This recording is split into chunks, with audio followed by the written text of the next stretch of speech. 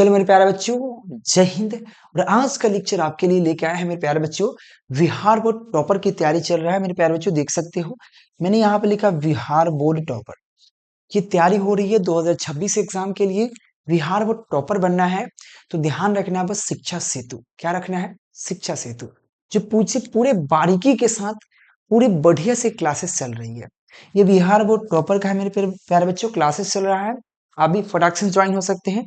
करना कुछ भी नहीं, केकेजी क्लासेस का ऐप डाउनलोड कर लेना है और शिक्षा सेतु का टेलीग्राम ज्वाइन कर लेना है, क्योंकि ऐप मेरा एक ही है और चैनल दो है, केकेजी क्लासेस और शिक्षा सेतु। इसीलिए केकेजी क्लासेस का ऐप है और शिक्षा सेतु का 10th पर पढ़ाई होता है पूरे A to Z। तो ज्वाइन कर लेना है। नंबर दिख रहा है, कांटेक्ट करके आप व्हाट्सएप ग्रुप भी ज्वाइन कर लीजिए, व्हाट्सएप चैनल भी ज्वाइन कर लीजिए। आज के लेक्चर, पहले बात, कोचिंग जाना बंद करो। एक नारा था, खुले में हगना बंद करो। देखो, हंसना मत, ठीक है? हंसना नहीं, रियल बात है। तो उसी तरह से कोचिंग जाना बंद कर दो। बस घर में बैठिए, बिना बकवास किए हुए बेहतरीन तैयार कीजिए। अभी जो पढ़ने वाले हैं क्लास कक्षा 12 कक्षा 10वीं की, यानी कि क्लास 10 की भौतिकी फिजिक्स, उसका एक चैप्टर है प्रकाश के परावर्तन तथा अपवर्तन। उसका एक टॉपिक माना जाता है, उत्तल दर्पण के लिए सिद्ध करे कि, उत्तल दर्पण के लिए सिद्ध करे कि F बराबर R/2। सिद्ध क्या करना है? F बराबर R/2, या आप कह सकते हैं R बराबर 2F। क्या सिद्ध कर सकते हैं? R बराबर 2F, ये भी हो सकता है, या F बराबर R/2 सिद्ध करना है। लेकिन किस में? उत्तल दर्पण में। मैं अवतल दर्पण में ऑलरेडी सिद्ध करके बता चुका हूं, वह लेक्चर आपको ऑलरेडी आ चुका है, शिक्षा सेतु पर जाकर देख लीजिएगा, प्लेलिस्ट बना हुआ है, ठीक है? तो ये आपका क्या है मेरे प्यारे बच्चों, ये उत्तल दर्पण में सिद्ध होगा। उत्तल दर्पण अलग है, अवतल दर्पण अलग है। तो चलो हम सिद्ध करने के प्रयास करते हैं, हम बारीकी से समझाने के प्रयास करते हैं। देखो, तो यहां पर समझने का प्रयास करना, उससे पहले क्या करना है, फटाफट चैनल को सब्सक्राइब कर लेना। यहाँ भी पूरी तरह से लिखकर बनाया गया है और इधर फिगर भी है, तो इसको समझ में नहीं आएगा। समझ में तब आएगा जब पहले अपने से लिख लिख कर आपको बनाकर बता दिया जाए। तो हम क्या करते हैं, इसको थोड़ा सा छोड़ के हम अपने से आपको पूरी तरह से बनाते हैं, फिर इसको लास्ट में समझाएंगे। ऐसे आपको यही यही डायरेक्ट आपको मिलेगा, लेकिन आपको लिख के जो समझाया जाता है जल्दी समझ में आता है। चलिए देखिए, अब क्या करते हैं, उत्तल दर्पण की बात की जा रही है तो हम उत्तल दर्पण की ही बात करेंगे, ठीक है? चलिए, तो हम एक उत्तल दर्पण बनाते हैं, ठीक है ना? उत्तल दर्पण, यह आपका उत्तल दर्पण बन चुका है, ठीक है? उत्तल दर्पण बन गया। उत्तल दर्पण में इसको हम प्रधान अक्ष मान लेते हैं, यह हमारा प्रधान अक्ष है, ठीक है? अगर इसका नाम दे देते हैं M1, इसका नाम देते हैं M2, ठीक है? सबका अपना अपना नाम होता है। M1 M2 क्या हो गया, हम तो यहाँ पे लिखना चाहे तो लिख सकते हैं। M1 M2 एक उत्तल दर्पण है जिसमें आपका ये प्रधान अक्ष, यह आपका ध्रुव है, ध्रुव P, ठीक है?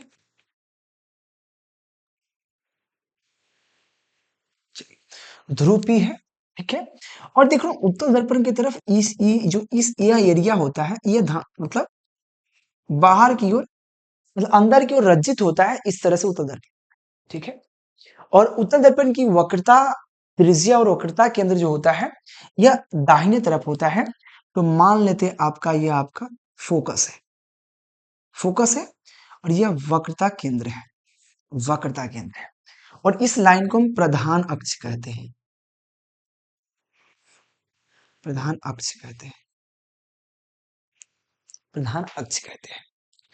तो अब क्या करेंगे, आपको समझ में आ रहा है, यह उत्तल दर्पण है जिसको M1 M2 के नाम दिया गया है। यह ध्रुव है, ये लाइन जो है जिसको प्रधान अक्ष कहते हैं, यह ध्रुव है, यह मुख्य फोकस है, वक्रता केंद्र है। एक और चीज, ध्रुव और मुख्य फोकस के बीच की दूरी को हम लोग क्या कहते हैं, उसके बीच की दूरी को हम लोग कहते हैं वक्रता त्रिज्या कहते हैं। तो हम इस चीज को लिखते हैं, यहां से यहां तक की दूरी को हम लोग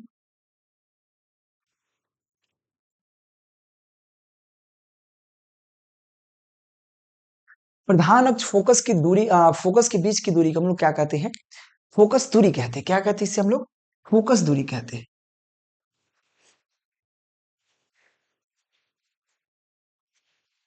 फोकस दूरी, ठीक है? और ध्रुव और वक्रता केंद्र के बीच की दूरी ध्रुवीय है, इसको हम लोग कहते हैं वक्रता त्रिज्या कहते हैं, इसको क्या कहते हैं? वक्रता त्रिज्या। वक्रता त्रिज्या, ठीक है। समझने की प्रयास करना मेरे प्यारे बच्चों। ध्रुव और फोकस के बीच की दूरी को फोकस दूरी कहते हैं। ध्रुव और वक्रता केंद्र के बीच की दूरी को वक्रता त्रिज्या कहते हैं, ठीक है, जिसको आर द्वारा दर्शाते हैं। अगर कोई आपतित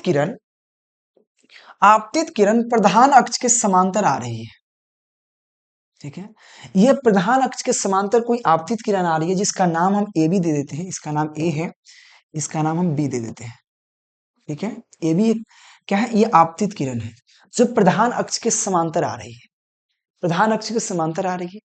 तो परावर्तन के बाद किधर जाएगा? तो भैया जी, ये परावर्तन जब होगा तो ये इधर की तरफ भागेगा, इधर की तरफ जाएगा परावर्तन के बाद, है कि नहीं? तो ये प्रधान अक्ष की समांतर आ रही प्रकाश की किरण परावर्तन के बाद आपको किधर चल जाती है? ऊपर की ओर, ऊपर की ओर भाग रही है। लेकिन इसका नाम क्या है? तो नाम हम वही दे रहे हैं जो हमने फिगर में ले रखा है। फिगर में नाम ले रखे वही नाम देंगे, ताकि ए बी है, वाई नाम दे रखे हैं, वाई नाम दे रखे हैं तो वाई लिखेंगे, और एक्स, और क्या है कि फिगर में जो नाम है जो वो फिगर में है जो इसमें भी रखेंगे तो समझना आसान हो जाएगा। तो ये वाई, वाई मान लेते हैं। तो अब देखो क्या हुआ, उत्तल दर्पण पे ए बी एक आपतित किरण प्रधान अक्ष के समांतर आती है और बिंदु बी से टकराकर वाई की तरफ मुड़ जाती है, और ये मुड़ जाती है। लेकिन अगर पीछे की तरफ हम इसको मिलाने के प्रयास करेंगे तो मुख्य फोकस से मिलती हुई प्रतीत होती है। क्या होगी? तो ये मुख्य फोकस से मिलती हुई प्रतीत होगी, ये मिलती हुई प्रतीत होती है, ठीक है ना। ये मिलती हुई प्रतीत हो रही है, ये मिलती तो नहीं है लेकिन मिलती हुई प्रतीत होती है पीछे की तरफ, ठीक है। तो मुख्य फोकस से होकर गुजरती हुई प्रतीत होती है, लेकिन ऐसे बेसिकली टकरा कर ऊपर भागता है, उत्तर दर्पण में ऊपर की ओर गया, ठीक है। अब देखिए, अब क्या करेंगे मेरे प्यारे बच्चों, सिंपल बात है, यहां पर हम ले लेते हैं स्केल। अब एक अभिलंब अभिलंब खींच देते हैं जो आपतित किरण, और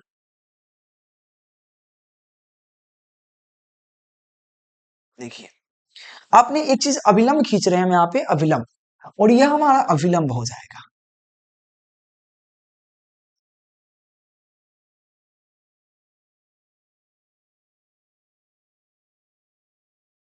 ठीक है, आपको समझ में अब आएगा। देखिए यह हमारा अभिलंब है, ठीक है, इसको हम एक्स मान लेते हैं। एक्स सी एक अभिलंब खींचा जाता है, यह आपका आपतन बिंदु है बी, ठीक है, अभिलंब खींचा जाता है। आप ये समझने का प्रयास करना, सबसे पहले मैं समझाने का प्रयास करता हूं। ये दर्पण को हम ऐसे ले लेते हैं, ऐसे, ठीक है, थोड़ा सा टेढ़ा। तो यह आपतित किरण है जिसको हम लोग ए माने हैं, बी माने हैं, आपतित किरण है। यह ए बी आपतित किरण है, और परावर्तन के बाद इधर भाग रहा है जिसको हम वाई माने हैं, परावर्तन के बाद वो उधर भाग रहा है, वाई माने हैं, ठीक है। आपतित किरण परावर्तित किरण है, और एक अभिलंब डाले हैं जो यहाँ पे एक्स है, और यह सी पर जाकर मिल रहा है, सी पर मिल रहा है, इसको थोड़ा टेढ़ा करिए। तो देखो आपतित किरण, परावर्तित किरण, और ये अभिलंब है। तो आपतित किरण और अभिलंब के साथ जो कोण बनता है उसे आई कहते हैं, आपतित क्या करते हैं? आपतन कोण कहते हैं। तो यह आपतित किरण ए बी है, और यह परावर्तित किरण बी वाई है, ठीक है, और इसके बीच में क्या एक्स सी अभिलंब डाला गया है।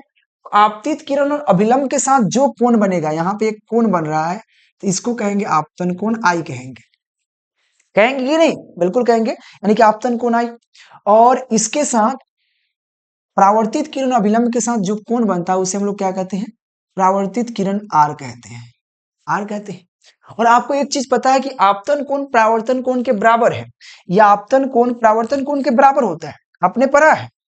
पढ़ा है कि नहीं भाई? बिल्कुल पढ़े होंगे, आपतन कोण परावर्तन कोण के बराबर है। तो सबसे पहला पॉइंट आपको मिल गया हमको, क्या? चलिए देखते हैं, इसको हम छोटा कर लेते हैं, बहुत बड़ा है, समझाने के लिए हम इतना बड़ा लिए थे। चलिए अब क्या लिखेंगे, आपतन कोण जो है परावर्तन कोण के बराबर है। यहाँ पे ये चीज लिख सकते हैं, क्या लिखेंगे?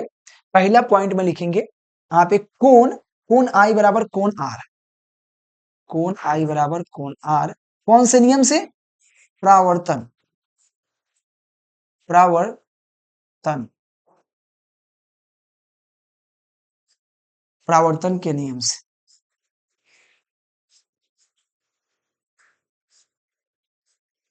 ठीक है, परावर्तन के नियम से कोण आई बराबर कोण आर हो जाएगा। अब देखिए, आपको एक चीज और समझ में आएगा मेरे प्यारे बच्चों, यह जो आपको ये खींचा गया है, ये वाला, यह ऐसे मिलती हुई पीछे प्रतीत हो रही है, ठीक है, तो क्या हो गया। अब बात करते हैं मेरे प्यारे बच्चों, जब जब दो रेखाएं खींची जाती है, सपोज डेट, देखना, जैसे कि यहाँ पर एक ये लाइनिंग है, ये लाइनिंग लिए हुए ऐसे, तो ये आपतित किरण आई तो सही है, तो यह परावर्तित किरण गई है इधर, और परावर्तित किरण पीछे की तरफ एफ पर मिल रही है इस तरह से, ठीक है, और फिर एक यह बिंदु आकर ऐसे कट रही है, तो यह मुख और यह मुख आपस में बराबर होगा। इस सम्मुख मान लीजिए परावर्तित किरण, इसको हटा देते हैं। देखो मेरे प्यारे बच्चों, मैंने क्या किया है, देखो मैं फिर से ऐसे बनाते हूं, ठीक है, ये आपतित किरण मान लेते, ये आपतित किरण है, आपतित किरण जो रही है, ये परावर्तित होकर इधर भाग रही है, परावर्तित होकर भाग रही है, और पीछे की तरफ थोड़ा थोड़ा सा ऐसे से मिलता हुआ प्रतीत हो रही है, मान लेते ये हमारा मिलती हुई प्रतीत हो रही है एफ पे, ठीक है। एक अविलंब डाल रहे हैं, अविलंब, एक अविलंब डाल रहे हैं इस तरह से, ठीक है, तो यह कोण क्या है, सम्मुख कोण हो गया, यानी कि कोण आर जो होगा कोण थीटा के सम्मुख होगा, कोण आर जो होगा कोण थीटा, यहाँ पे कोण थीटा मान लेते हैं, कोण थीटा, तो कोण आर जो होगा कोण थीटा के बराबर होगा, ये कौन से सम्मुख कोण से, कौन से सम्मुख कोण से, तो यहाँ पे क्या लिखेंगे, कोण आर बराबर कोण थीटा कौन से सम्मुख, सम्मुख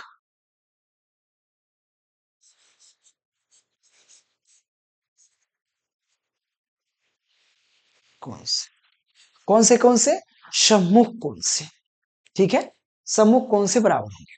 तो यह मान लीजिए समीकरण 1 है, यह समीकरण 2 मान लेते हैं, तो समीकरण 1 2 से क्या हो जाएगा, तो यहां पे लिख देंगे समीकरण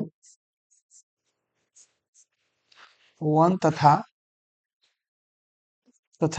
2 से, 2 से क्या हो रहा है, कोण आई बराबर कोण आर है, कोण आर बराबर कोण थीटा, यानी कि कोण आई जो होगा आपका, कोण आई जो होगा कोण थीटा के बराबर होगा, कोण आई जो होगा कोण थीटा के बराबर होगा, मेरे प्यारे बच्चों ध्यान देना,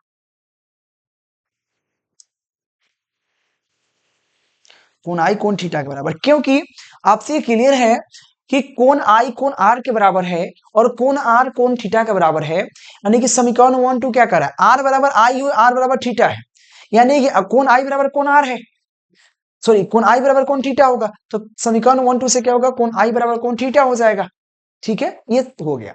अब आगे देखिए, इसी में बात की जाए, जिसे ये बनाया गया फिगर, इसमें आप देखो समझ में तब आएगा आपको, देखो जैसे कि मैंने क्या किया है, अगर मैं प्रधान अक्ष को थोड़ा सा इसको आगे कर देता हूं, आगे कर दिया, इसमें आपको एक समझ में आ रहा है कि एक जो अभिलंब खींच जा रही है, और सब रेखा के भूल जाओ, सब रेखा के भूल जाओ, आप सिर्फ यह देखो, ये जो व्हाइट वाला लाइन आ रहा है, ये भी क्या है, एक समांतर रेखा है, और ये प्रधान अक्ष भी समांतर रेखा है, दोनों एक दूसरे समांतर है, समांतर रेखा कौन काट रही है, एक सी उसको काट रही है, एक सी उसको काट रही है, देखो एक ऐसे समांतर रेखा आ रही है, एक ऐसे समांतर रेखा आ रही है, और इस पर एक सी एक काट रही है, यह एक से यह सी है, काट रही है, यहाँ पे कोण आई बन रहा है, ठीक है ना, कोण आई बन रहा है, और यह बिंदु सी है, बिंदु सी है, ठीक है, इसके बीच में भले कुछ भी है, यहाँ पे एफ मान लेते, यह एफ है, ठीक है ना, जो मिलती हुई प्रतीत हो रही है पीछे, तो यहाँ पर यह जो क्या संगत कोण होगा, ये संगत कोण, कोण आई जो होगा, कोण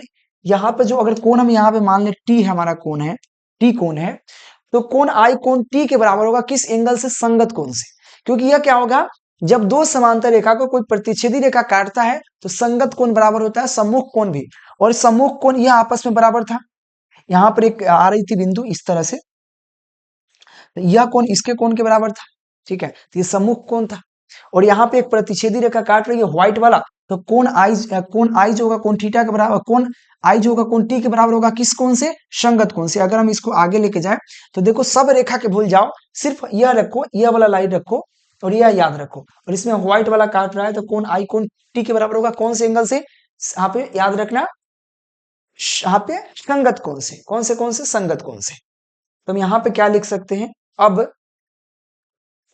क्या लिख सकते हैं, अब कोण आई जो है कोण टी के बराबर है, कोण आई इक्वल टू कोण टी, कौन से संगत कोण से, संगत कोण से, ठीक है। कोण आई जो है कोण टी के बराबर है संगत कोण से, ठीक है। अब देखिए कोण आई कोण टी के बराबर है, ये चीज क्लियर है। तो कोण आई कोण टी के बराबर है, अगर मान लिया जाए ये हमारा समीकरण 3 था, ये समीकरण हम 4 मान लेते हैं। कोण आई कोण टी के बराबर है कौन से संगत कोण से, और यह समीकरण हम 4 मान लेते हैं। समीकरण और 3 और 4 को देखा जाए, हम लिखेंगे समीकरण 3 तथा 4 से। आपको सब समझाएंगे, डबल समझाएंगे, निश्चिंत रहे। समीकरण 3 और 4 में क्या है, आई बराबर थीटा है, आई बराबर टी है, यानी कि आपका जो थीटा है वो टी के बराबर होगा।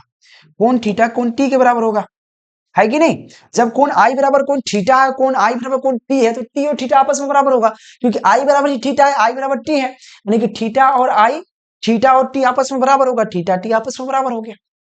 यानी कि सिंपल है, यहाँ पे एक बन रहा है त्रिभुज बीएफसी, बीएफसी या यहाँ पे बीसीएफ बन रहा है, इसमें थीटा और टी है, इस तरह से एक त्रिभुज बन रहा है। देखो यह मिलती हुई प्रतीत हो रही है,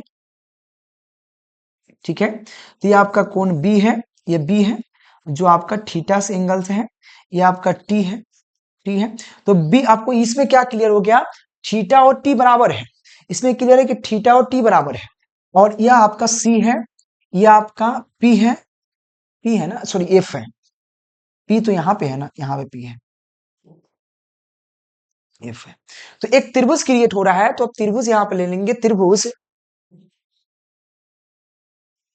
कौन सा त्रिभुज होगा, वीएफसी, क्या लिखेंगे वीएफसी में।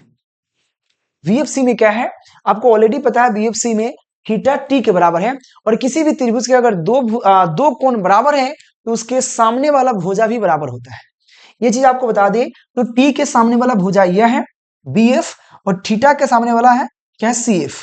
तो बीएफ और सीएफ आपस में बराबर होगा, तो यहां पर लिखेंगे वीएफ इक्वल टू सी। यह इसके लिए क्या है, भुजा है। जब त्रिभुज के दो कोण आपस में बराबर होते हैं तो उसके संगत भुजा भी बराबर होता है।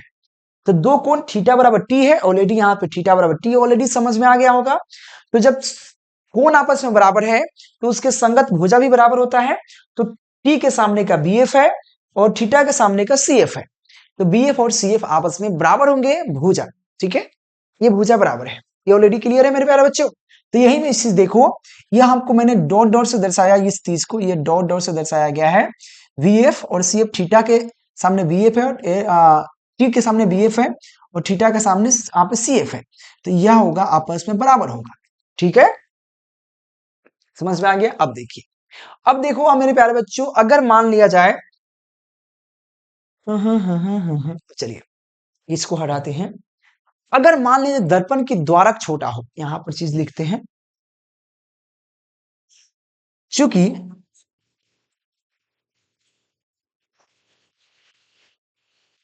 दर्पण का द्वारक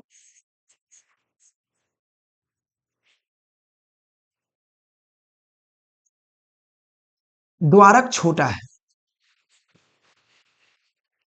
छोटा मतलब हुआ क्या समझिए, जब द्वारक छोटा होता है तो क्या होता है, ये दर्पण मान लेते हैं, अगर ये दर्पण है, ठीक है, ये प्रधान अक्ष गया, समझना आप अच्छे तरीके से समझ में आ जाएगा। प्रधान अक्ष गया, ये आपका एफ है, ये आपका सी है, ठीक है, सी है, और इस पर एक भुजा जा रहा है, भुजा क्या जा रहा है आपको बी, यहाँ पे ये बी है, तो बी और एफ एक भुजा गया है, और ये आपका पी है। तो देखो मेरे प्यारे बच्चों, जो यह जब द्वारक छोटा होगा, जब द्वारक एक छोटा होगा मेरे प्यारे बच्चों, काफी छोटा होगा, तो इस तरह से होगा, देखना जब यह इधर जाएगा यहाँ पे और यह यहाँ पे, तो ये देखो सिंपल है कि पीएफ जो होगा, पीएफ की जो दूरी है वो बीएफ की दूरी के बराबर होगा। जब द्वारक काफी छोटा होने की वजह से, द्वारक छोटा होगा तो इसकी दूरी, जैसे कि दूरी काफी छोटा, मतलब यह जो पीएफ होगा बीएफ के बराबर होगा, यानी कि यह भुजा बराबर होगा जब द्वारक छोटा होगा। तो क्या कहा मैंने, जब द्वारक छोटा होगा तो यह पी एफ जो होगा बी एफ के बराबर होगा। तो यहां पर लिखेंगे द्वारक छोटा है, अतः क्या होगा, पी एफ जो होगा बी एफ के बराबर होगा। ठीक है, तो इसको समीकरण मानना है तो मान सकते हो, इसको समीकरण 5 मान लीजिए, 5, इसको समीकरण 6 मान लीजिए, सॉरी 4 लिख दिया ना मैंने। ठीक है, अब देखो ये चीज समझ में आ गया। तो आपको समीकरण 5 और 6 से क्या समझ में आ रहा है? समीकरण 5 में बी एफ बराबर सी एफ है और बी एफ बराबर पी एफ है, यानी कि आपका सी एफ बराबर पी एफ हो जाएगा। देखो वी एफ जब सी एफ के बराबर है और इसमें बी एफ जब पी एफ के बराबर है, तो बी एफ बराबर सी एफ और बी एफ बराबर पी एफ, तो क्या हो जाएगा, सी एफ बराबर पी एफ हो जाएगा। तो क्या लिखेंगे यहां पे सिंपल बेस में, तो समीकरण समीकरण 5 तथा 6 से, 6 से क्या हो जाएगा, सिंपल है कि जब बी एफ सी एफ के बराबर है और बी एफ पी एफ के बराबर है, तो क्या होगा आपका सी एफ जो होगा, सी एफ जो होगा पी एफ के बराबर होगा। समझ में आया, ये चीज आपको समझ में आ गई। अब देखिए आपको एक चीज क्लियर है मेरे प्यारे बच्चों, अब देखा जाए हमारा, तो देखो पी एफ जो यहां पर आपको, सॉरी पीसी जो नजर आ रहा है, देखो अब क्या करेंगे यहाँ पे, अब देखो पहले इसको लिखना है, फिर इसको लिखना है, फिर इसको, लेकिन अभी अच्छे से समझाएंगे, निश्चिंत रहे। ये आपको मोटे मोटे तौर पे पूरी तरह समझा रहे हैं, फिर इसको हम एक बार और अच्छा समझाएंगे। ठीक है, तो अब देखा मेरे प्यारे बच्चों, सी यहाँ पे पीसी जो आपको नजर आ रहा है, पीसी पीसी देखो,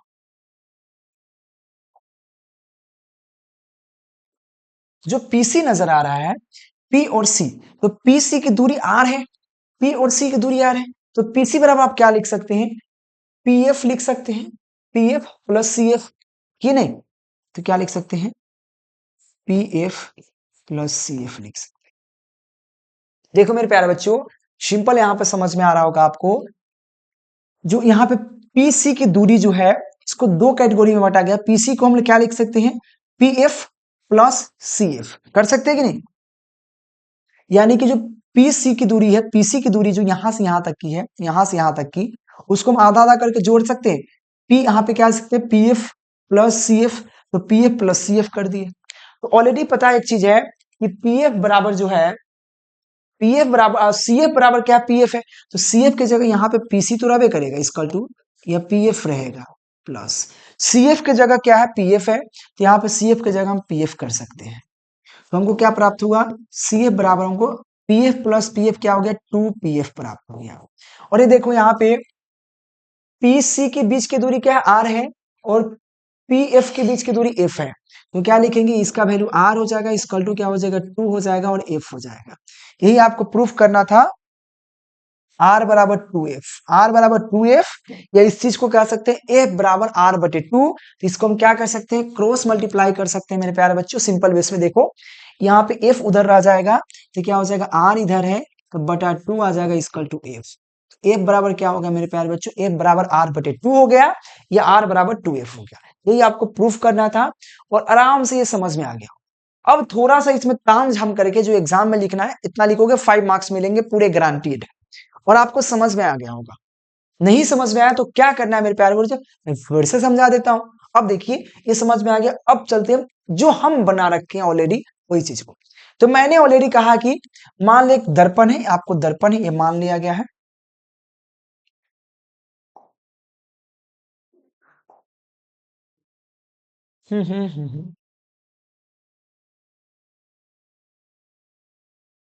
चलिए क्या है मेरे प्यारे बच्चों, एक दर्पण मान लिया जाए, दर्पण, तो यहाँ पे क्या लिखा हुआ है, माना कि एम एम वन क्या एक उत्तल दर्पण है, क्या है यहाँ पे, इसका मान देते हैं एम वन है या एम टू, ठीक है, उसी तरह से यह एम वन है, सेम फिगर बना रहे एम टू है।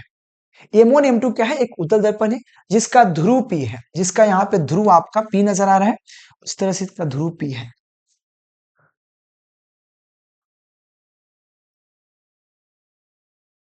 इसका ध्रुव पी है, वहां ध्रुव पी है, जिसका ध्रुव पी है, और वक्रता केंद्र सी है, वक्रता केंद्र यहाँ पे देखो वक्रता केंद्र सी है, तो यहाँ पे हम वक्रता केंद्र सी मान ले रहे हैं, समझना। ए भी एक आपतित किरण आ रही है, देखो यहाँ पे ए भी एक आपतित किरण है, देखो यहाँ पे ये भी एक आपतित किरण है, तो यहाँ पर ए भी एक आपतित किरण आ रही है, ये ए मान लेते हैं, इसको बी मान लेते हैं, इसको बी मान लेते हैं।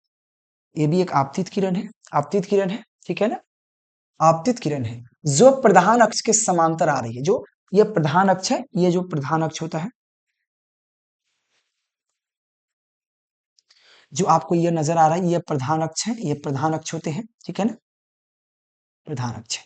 देखो ये फिगर है, ये फिगर सिर्फ उसी का हम डुप्लीकेट बना रहे हैं। फिगर आपको यही रहेगा, या ये रहे बतवा बराबरी है। तो प्रधान अक्ष है, तो प्रधान अक्ष के समांतर ये भी एक आपतित किरण आ रही है, आपतित किरण आ रही है, ठीक है। चलिए, परावर्तन के बाद फोकस से होकर गुजरती हुई प्रतीत होती है, गुजरती नहीं, प्रतीत होती है, मतलब प्रतीत होना, मतलब जैसे कि यह इधर गुजर रही है, यह फोकस मान लेती है, फोकस है, तो ये गुजरती हुई प्रतीत होती है, गुजर रही है लेकिन इधर, ये गुजरती हुई प्रतीत होती है पीछे की तरफ, लेकिन ये ज्यादा ऊपर की तरफ है, ये गुजरती हुई प्रतीत हो रही है, ठीक है। क्या कहा मेरे प्यारे बच्चों, ये फोकस से गुजरती हुई प्रतीत होती है, तथा सी एक्स अभिलंब है, एक यहाँ पर सी एक्स डाला गया अभिलंब, ठीक है, जो यहाँ पे एक सी एक्स अभिलंब डाला गया, ठीक है ना, सी एक्स अभिलंब में थोड़ा सा टेढ़ा है, जो आपके सामने यहाँ सी, ये एक्स है और ये सी है, यानी कि यहाँ पर देखिए, यह आपतित किरण है, परावर्तन के बाद आपको,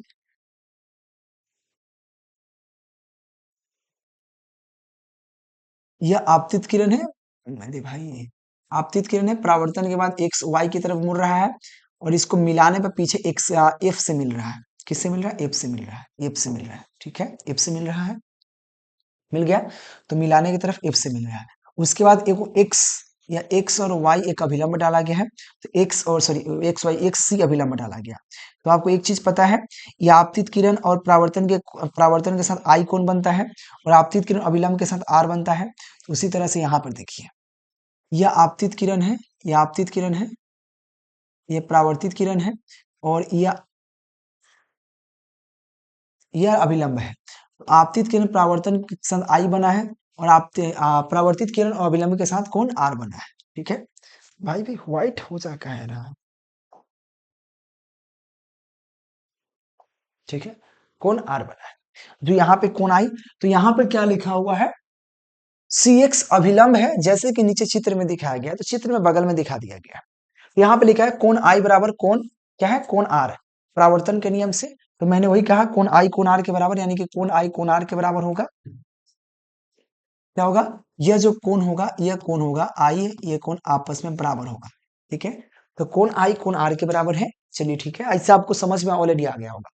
एक और चीज मेरे प्यारे बच्चों, देखो यह क्या कर रहे हैं हम लोग, इस तरह से एक दूसरे से काट रहे हैं, ठीक है। अगर हम ए बी को भुजा भूल जाए, ए बी भुजा भूल जाए, तो हम का क्या है, ये वाई है, वाई एफ ऐसे आया है, ये वाई है, ये एफ है, और एक भुजा ऐसे गया है, ये आपको एक सही और सी है। तो ये देखो, यह कोण सम्मुख कोण है, तो सम्मुख कोण बराबर ये कोण आर है, ये कोण अगर थीटा मान लिया जाए, ये थीटा कोण है, ये थीटा कोण है, ठीक है। तो क्या हो जाएगा, कोण आई जो होगा, कोण सॉरी,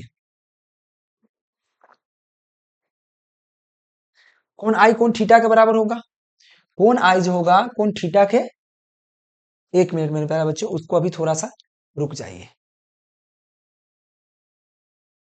कोण आर कोण थीटा के बराबर है, हाँ सॉरी बोल रहे हैं, कोण आर कोण थीटा के बराबर है, तो देखो यहाँ पे कोण आर जो है कोण थीटा के बराबर है, कौन से एंगल के अनुसार से, सम्मुख कोण से, तो ये क्या है, सम्मुख, सम्मुख कोण से बराबर है। तो कोण यहाँ पे जो आर है, आपको अब समझा रहे हैं, यह एक भुजा इससे गया है, अविलंब है, एक भुजा आपतित किरण पीछे की तरफ आया है, तो यह है और यह कोण आपस में बराबर होगा, यह आर कोण है, परावर्तित किरण परावर्तन कोण है, और यह थीटा है, तो कोण आर कोण थीटा के बराबर है। जैसे कि कोण यहाँ पे यह थीटा मान लेते हैं, तो कोण आर कोण थीटा के बराबर, ऑलरेडी मैं इस चीज को समझा सकते हैं, तो कोण आर कोण थीटा सम्मुख कोण से हो गया। देखो समीकरण 1 और 2 को लिया जाए, समीकरण 1 2, तो देखो आई बराबर मतलब आर है, और यहाँ पे देखो, देखो कोण आई बराबर आर, इसी बार में समझा रहे, कोण आई बराबर कोण आर है, और कोण आर बराबर कोण थीटा, यानी कि आई बराबर थीटा होगा आपस में, तो कोण आई बराबर कोण थीटा हो जाएगा, समीकरण 3 है। अब क्या होगा, अब देखिए इसमें, हम्म, अब देखिए संगत भुजा मान लेते हैं, संगत भुजा कैसे होगा देखिए। अब क्या करते हैं मेरे प्यारे बच्चों, या इसको हम थोड़ा सा आगे बढ़ाते हैं, और यह त्रिभुज इस तरह से आकर काट रही है, ठीक है। इसके अलावा मैं जो भी हम यहाँ लाइनिंग खींच रहा हूँ इस पर ध्यान देना। जो मैं यहाँ पे इससे यह लाइन आपतित किरण थोड़ा इधर ले जाते हैं, ये आपका प्रधान अक्ष है, ठीक है। और यह एक्स और सी क्या कर रहा है, आपस में काट रही है। तो यहाँ पे एक कोण बन रहा है आई और यहाँ पे कोण बन रहा है एक्स, सॉरी टी।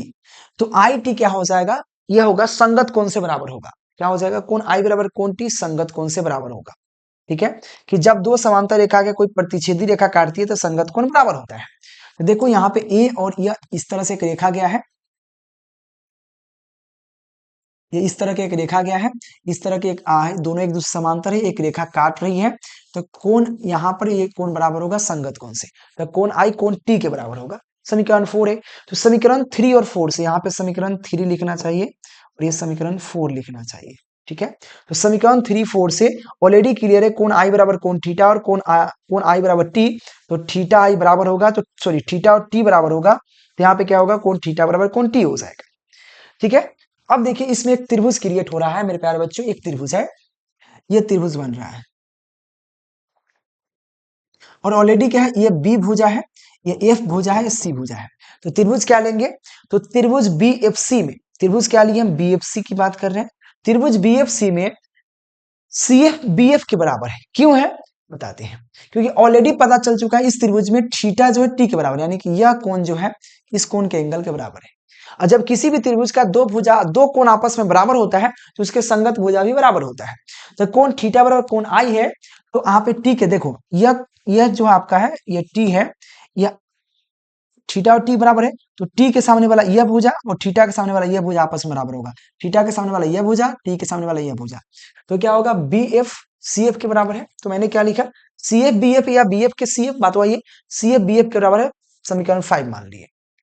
अगर दर्पण का द्वारक छोटा हो, क्योंकि दर्पण का द्वारक बहुत छोटा है इसीलिए बिंदु जो बिंदु Q है, बिंदु Q बिंदु P के निकट है, बिंदु Q नहीं बिंदु B, बिंदु B जो होगा यहाँ पे B होगा, Q नहीं B लिखिए, यह B है, तो यहाँ पे B कर दीजिए। बिंदु B जो है यह P के काफी निकट स्थित है, इसे निकट स्थित होने की वजह से क्या होगा मेरे प्यारे बच्चों, जो यह आपको इसकी दूरी जो है PF की दूरी है, यह आपकी BF की दूरी के बराबर हो जाएगा।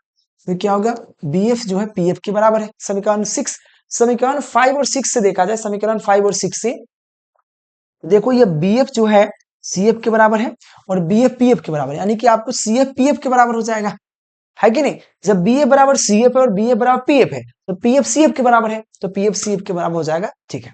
अब देखिए मेरे प्यारे बच्चों, अब देखिए यहाँ पे क्लियर है, अब बहुत इजी से हो जाएगा। देखिए यहां से यहां तक की दूरी, यहां से यहां तक की दूरी P है और C है, तो PC जो होगा PC बराबर क्या हो सकता है, तो हम चाहे तो दो कैटेगरी माप सकते हैं, यहाँ पे PF फिर प्लस यहाँ पे CF कर सकते हैं, तो PF प्लस CF कर दिया। और आपको पता है ये CF जो है, CF का वैल्यू ऑलरेडी पता है PF यहाँ से, ठीक है।